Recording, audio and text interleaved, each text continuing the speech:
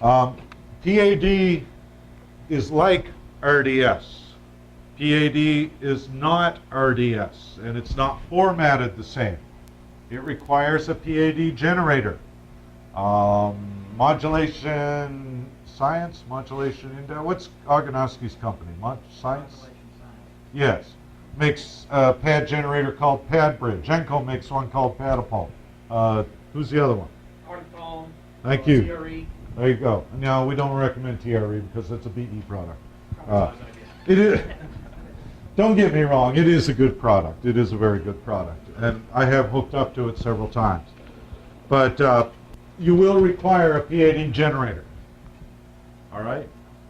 This software, and one of the things that that Paul had asked me was, could some smart guy write software write a pad generator program? The official answer, if I had a lawyer looking over my shoulder, is that's protected and proprietary. Unofficially in-house, we wrote one ourselves just because we could. But you'd have to talk to Ubiquiti because it is licensable anyway.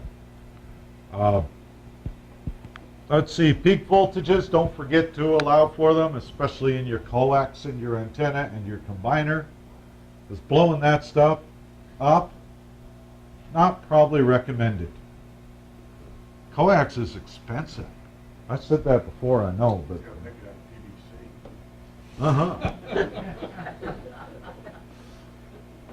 I'm thinking this aluminum hardline that mine's built is looking better and better all the time. Yeah. All right, so don't forget to do that. I got a couple of voltage examples in there. STL. We had this conversation earlier about the Starlinks and the Landlinks and the data rates that HD really runs compared to what they say they run. That's something to keep in the back of your mind. If you're running a Starlink with if you're running the older Starlink or Landlink, the throughput isn't near as good as it is on the newer ones. Newer ones are pretty good. You can pass HD on a new Starlink. You can pass it on a new Landlink. On a good hop, and here's the other thing to remember. STLs typically, when they give you a data throughput, that data throughput is with the transmitter sitting here and the receiver sitting at the other end of the room. Okay, when you put them on a 25-mile hop across the lake, you ain't getting no megabyte through those things. Not at 900 meg, okay? So that's something to keep in the back of your mind, again. Okay, IP conflicts, like I said before, use QoS routing. Okay, set the quality of service for the critical stuff, your live wire audio, your HD data, higher than the program director's the program director's research websites.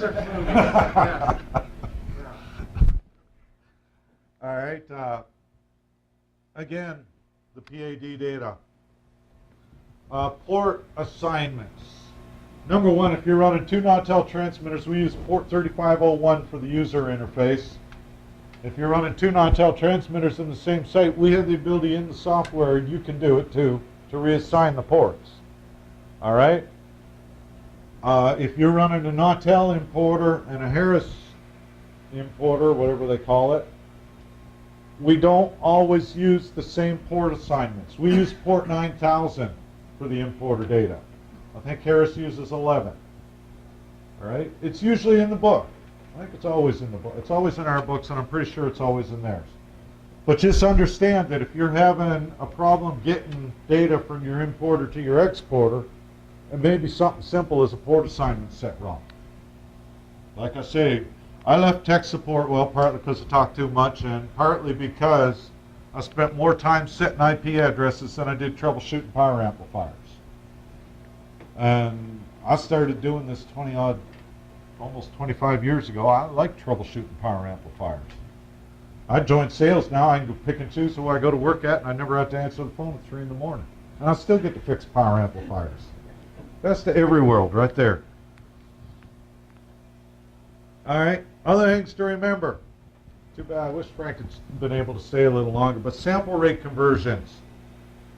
Larry, I may haul you in on this one because we had a little visit together over in Auburn a couple months ago. And this is where this page came from.